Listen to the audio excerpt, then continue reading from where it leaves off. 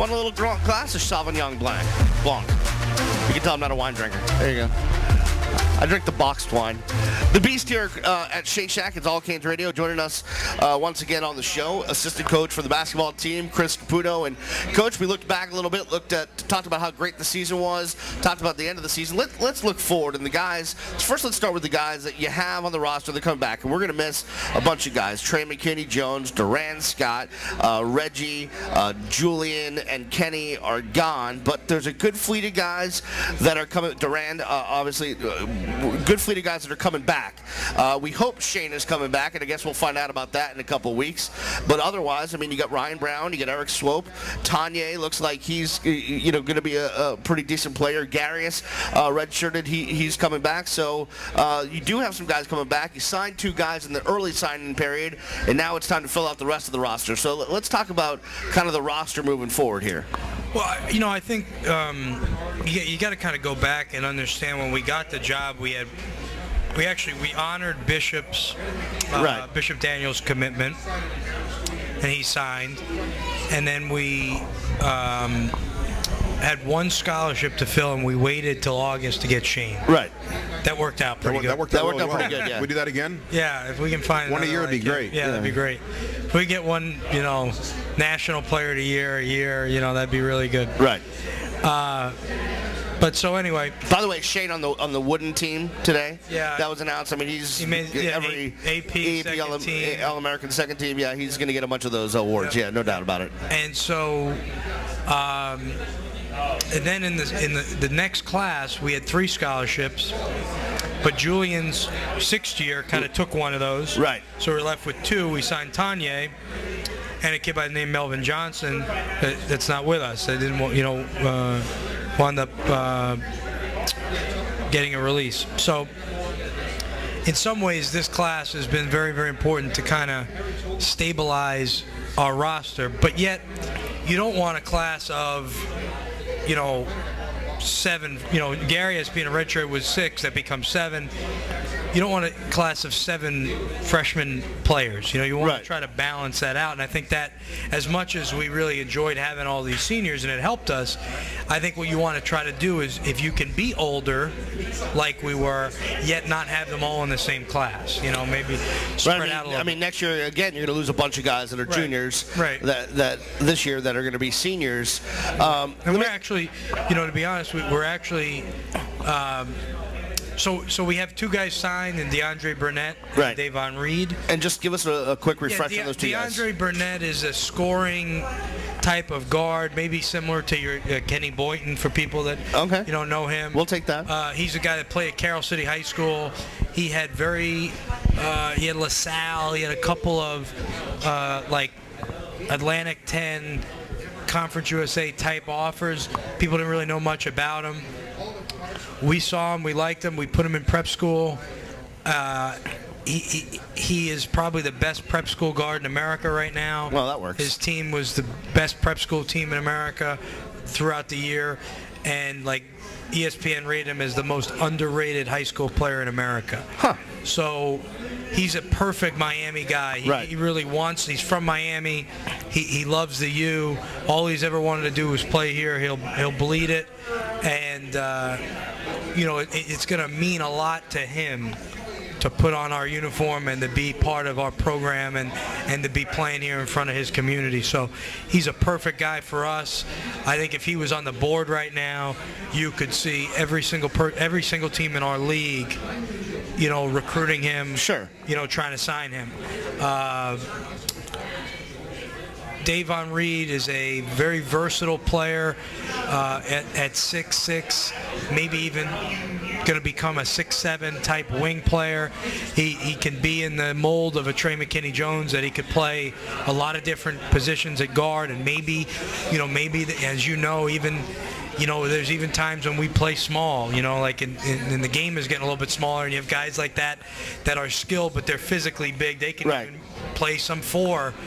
When you play four guards, he's tough enough to guard, maybe another team's four-man, yet he's really a guard. He's a great passer, very skilled, and does a lot of things well. And then, we have a couple of guys that are committed to us that I can't speak about, right, that I feel good about. We feel very, very good about, that fit our needs. We have a young man that's going to come visit us that is probably our top guy going into this year. He'll be visiting hopefully soon, and I think if we were to get him, he'd be another top 100-ish type player that would really fit a need that we have. So we hope to be able to get him, and then like depending on I think one thing that this has been very successful here at Miami, when you think about Jack McClinton and you think about Malcolm Grant and Trey McKinney-Jones and Kenny Kadji and even Shane Larkin, by technicality, this has been a great place for transfers. Right. We're always going to be looking for, willing and able to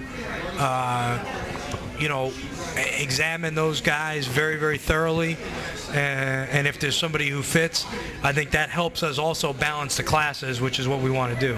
I'm not going to look. There's probably a lot going on behind the scenes with what Shane's decision making. I'm sure a lot of it has to do with his family and discussions he's having, but just as far as his skill set and what you've seen from him over the last 2 years and how he's grown.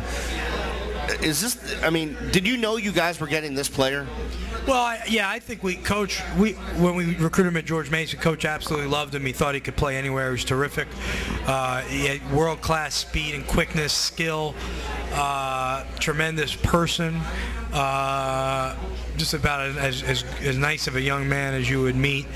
I think, the one thing that we tried to work with, I would say one thing, but a couple of things is we wanted him to be a little bit more aggressive last year even. I think there were times that he would defer to the older guys, and I think we helped him maybe understand pick and roll a little bit more. If you watched us play, we probably set more pick and rolls than anybody in college basketball this year, and I think we were able to help him develop some of the reads and things like that a lot of high school players have to make that adjustment to. So I think he's certainly an NBA player.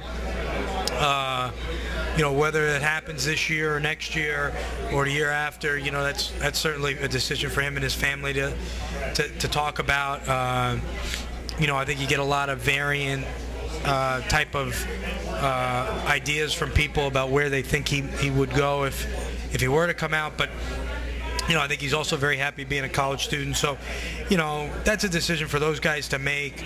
We'll certainly give him all the information, gather as much as we can. We have a lot of relationships with people in the NBA. I must have talked to 4 or 5 agents today, try to help our seniors, 4 or 5 NBA personnel. Well, Coach's son's on the Celtics staff. Right, yeah, a lot of people, a lot of relationships that we have in the front offices. So, we'll try to do everything we can to give them as much info as we possibly can. And I know that they'll, Barry, obviously having a lot of experience in professional sports, we'll have no problem getting a lot of information as well. As I look down the guys that are coming back, let's forget about Shane for 1 second because he would be an easy answer. Raphael, Ryan, Eric, Tanya, Garius.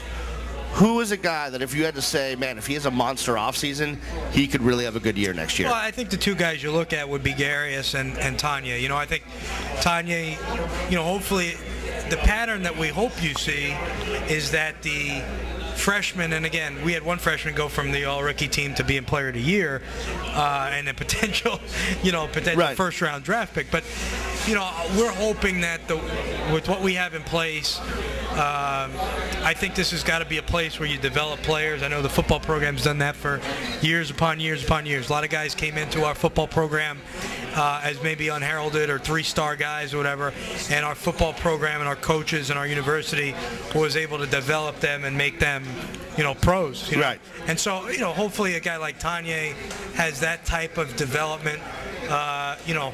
Will he go to being developed into the player of the year in the league? I don't know about that, but I think, you know, you can see him having the type of impact, hopefully, that, you know, a guy like Gorky Jang eventually has at Louisville. You know, he's blocking shots. He's a major factor defensively. He scores around the rim. He's actually got a capable 15 to 17-foot jump shot. There was one game, I forget which game it was. It might have been the championship game of the ACC. I don't remember. Where Tanya took some mid-range shot, and I was like, "What is he doing? Oh my God, it's in!" Wow. He's a capable guy facing the basket. Right. And so, you know, obviously this year he's behind seniors, but we believe he's got a tremendous work ethic, and you know, we feel like he can make a jump. And then, you know, I think if you look at you know, Garius Adams, a guy who we think that, you know, has a tremendous chance to have a great fifth year. I think last year for us, he was a very good player, but he was hurt, and you know, you could see it. Right. And he had good halves and good, you know, 2 games in a row, and then would have a game where he just looked hurt. And so hopefully for him, he's feeling healthy, and if so, I think he can have a tremendous year. As the previous staff players start to get out of here and graduate, and a bunch of them happen this year, is now when you guys set your mark on, really now it's about implementing your vision for what this program is going to be personnel-wise. I mean, you came in here with pretty much a veteran, you know, team. You added Shane, you added Tanya, a couple guys, but now is when you really get to put your imprint on the program, right? Well, and I would give the prior staff a ton of credit. Right, obviously. For the roster we had. I think, you know, for us, you know, I think more than anything, I think, you know, we have to balance our roster a little bit better than it is right now. And again, that's a catch-22, because I think in college basketball, when you look at the teams that are older, yeah, those are the teams that are having the type of success. And I use Louisville as an example. You know, Luke Hancock played for us at George Mason, and he's Louisville's 6th man. He's in his 4th year of college, and he's been a very effective player for them. You know, Russell Smith is a kid that played at my high school, and he was a prep school guy, and now he's in his what would be his 4th year, right, of college, had he not gone to prep school. And then Peyton Sieva's in his 4th year. So I think even the teams that are quote-unquote the elite, you know, programs in college basketball, the ones that are the most valuable, right, make the most money, things like that. Even those teams, Duke, you know, that you see, those teams are most successful when they're older. And so in our case, I feel like, you know, we're a little bit older this year. It's a catch-22. We're going to be younger next year. We're going to lose a little bit. But that being said, if we were to have Shane back, and you had Garius Adams in his 5th year, you had Ryan Brown in his 4th year, you would have a backcourt of a very veteran backcourt, right, that would be have some depth with some of our younger players. Now our front court will be a little bit younger. There's no way around that.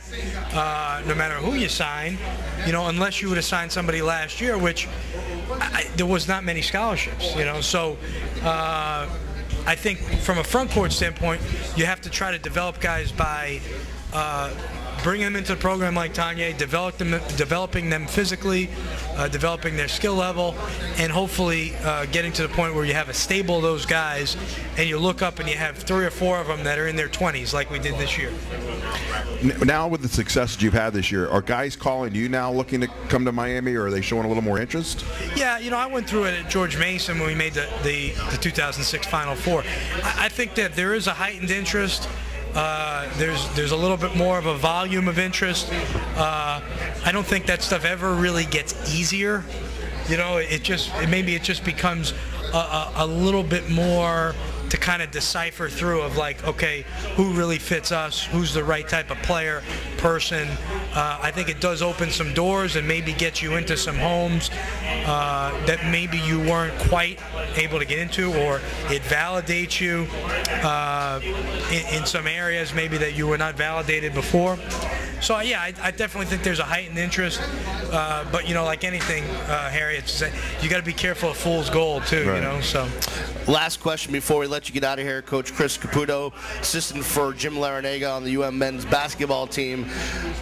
How fun was this year? How fun was the sellouts, the crowds, the school spirit? Just, I mean, just as far as, I mean, you guys, I know you've been through it, but we haven't had too many years like this. How fun was this? Well, I think it was a tremendous amount of excitement, and I was very, very happy for people like Harry and yourself that have been around the program and are real fans. And at first, I think you're excited for them because they're getting to experience something that they probably hoped and dreamed that maybe someday would be the case. And then I think I was excited to see all the new people, the new faces, because I think our program is an attractive thing. I think our venue is an attractive venue, and I think once they came in for that first time to take a look, I know many of those people got back to me saying, hey, this is a great thing. We want to buy season tickets. We want to be a part of this. And I think that's what it takes to fill that building on a regular basis. And then I think lastly, you're excited about the student support and how excited they were for our players.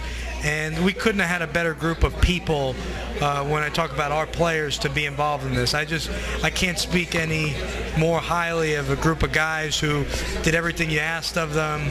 A lot of them sacrificed in a lot of different ways. They very easily could have gone in another direction when our staff came in because they had some success, and I think sometimes there's an inclination to feel like, you know what, this is just going to happen. Don't worry about us. We were a little bit, we're going to be a little bit older. We'll be a little bit better. And we asked them to change some things, and they really, really committed to that. And I thought last year we were on the verge with some injuries and some different things that happened to us. And this year, I don't think it could have gone any better, other than, winning a couple more and getting to the Final Four and winning the whole thing. But, I think I think one of those shirts said the dream season, and I think for many of us it really was. Coach, I can tell you from my point of view it was the dream season, but you touched on it. The group of kids you had, I've been around this program for a long time, in charge of the booster club and stuff like that, and we've had some great kids, but collectively, top to bottom, what a great group of kids. No and, doubt. I'll go back in a couple things that I'll remember is you came back winning the ACC tournament, and 11 o'clock at night, and people were out there waiting for you, and your players stood out there and signed autographs till midnight, okay? And then I go back to last Friday, we lose Thursday night. You guys have to fly around the airport for an hour because the president's landing, yet nobody left, and everybody wanted to come out and see the team. And then, it's easy for a guy to have lost the game and be disappointed and kind of shake hands and walk off and be gone, but they stood out there again for another hour signing autographs and taking pictures and kind of relishing what we were, just how great the season was, and that, how great they were to everybody, and the fans really appreciated you and the coaches and everyone, just the way they opened up the whole program to the whole country as far as the way you were on CBS and the confidential stories and stuff. People found out that Miami Hurricane basketball is for real, and we really appreciate that. Well, I appreciate it, guys. Yeah, it was awesome. I hope that people enjoyed their experience and they want to come back, because it's so important. The support we got was so crucial to the success we had. We developed a home court, a place that was a hostile environment for opponents to come into. I think it's a great product. It's a great price. And we want more and more people to be a part of it. We're very, very inclusive. We want people to come to camp. We want people to come to Cane Nation. We want them to bring their sons and daughters, down to meet our players. We want this to be a love affair between the community, our university, our student body, our alumni, and our basketball program, and we want everybody to be a part of it. And this year I thought was an example of how, when done right, it could be a terrific, terrific experience for everybody. Well, Coach Caputo, we appreciate you coming by. You and your staff have been great this year of really helping us convey the great story that was and is University of Miami Hurricanes basketball. We deeply appreciate the time you've given us this year. You, Coach Huger, Coach Conkle, Coach Larinaga with the access, and we've had some players on as well. So we appreciate that, and we can't wait for the continuation of Miami Hurricanes basketball. And you must be a happy person because your Mets killed the Padres 11-2. Good score there, yeah. Yeah, Cowgill with a dinger and a couple of 4 RBIs. So not a bad day for your Mets. Coach, thanks a lot for coming by. All right, thanks, guys. Appreciate it. Coach Chris Caputo joining us from the University of Miami men's basketball staff. We will take a break. We'll come back with our Pro Canes report.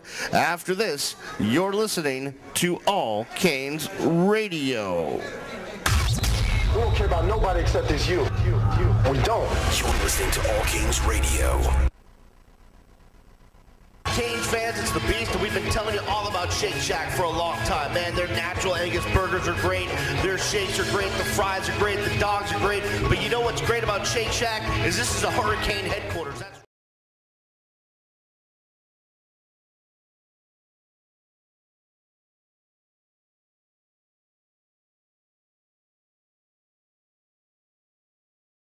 DC for the opening series.